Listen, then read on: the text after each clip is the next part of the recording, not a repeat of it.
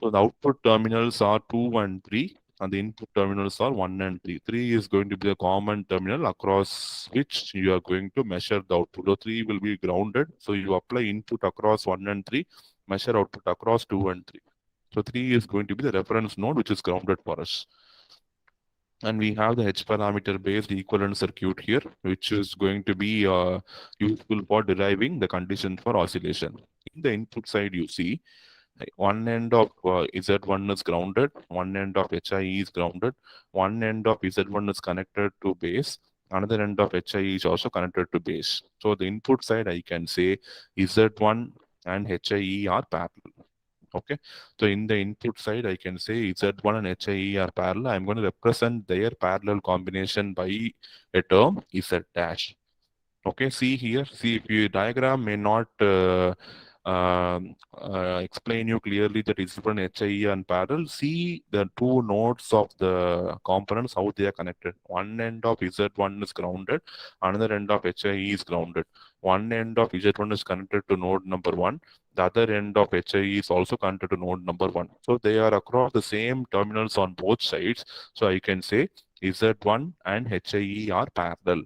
I am going to represent this parallel combination of the impedance by Z dash.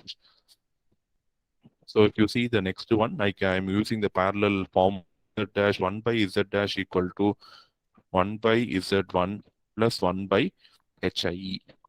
Okay. And Z dash is going to be Z1 HIE by Z1 plus HIE. So this is the resistance simplification I'm doing at the input side. Now at the output side, you see. At the output side, the load impedance, I need to find out what is ZL because I need to measure what is the output voltage, right? So I want to find what is the load impedance ZL. So load impedance is measured across terminals 2 and 3. So if you see the across terminals 2 and 3, see Z2 is between 2 and 3.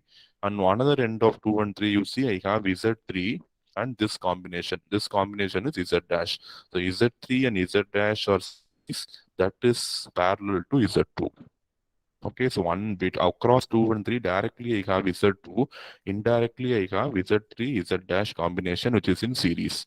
So that is what I have mentioned here. So Z, the equivalent impedance of Z2 in parallel with series combination of Z dash and Z3. So I 1 by ZL equal to 1 by Z2 plus 1 by, these two are in series, Z dash plus Z3. So substitute for Z dash what we have got at the input side, Z1 HIE by Z1 plus HIE. So take LCM and arrive at this simplified term.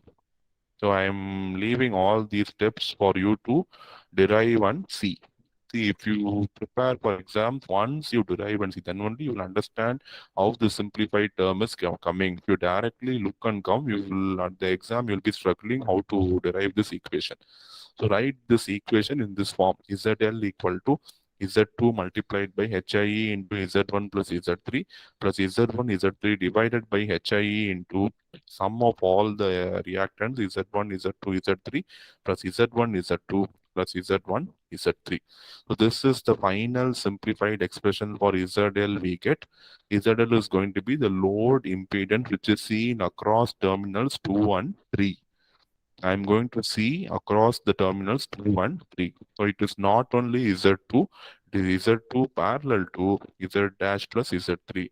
If this feedback is not there, then I can say ZL equal to Z2. But since you have feedback connection between output and input, so these impedance will also be considered for your load. You have to be very, very careful on that.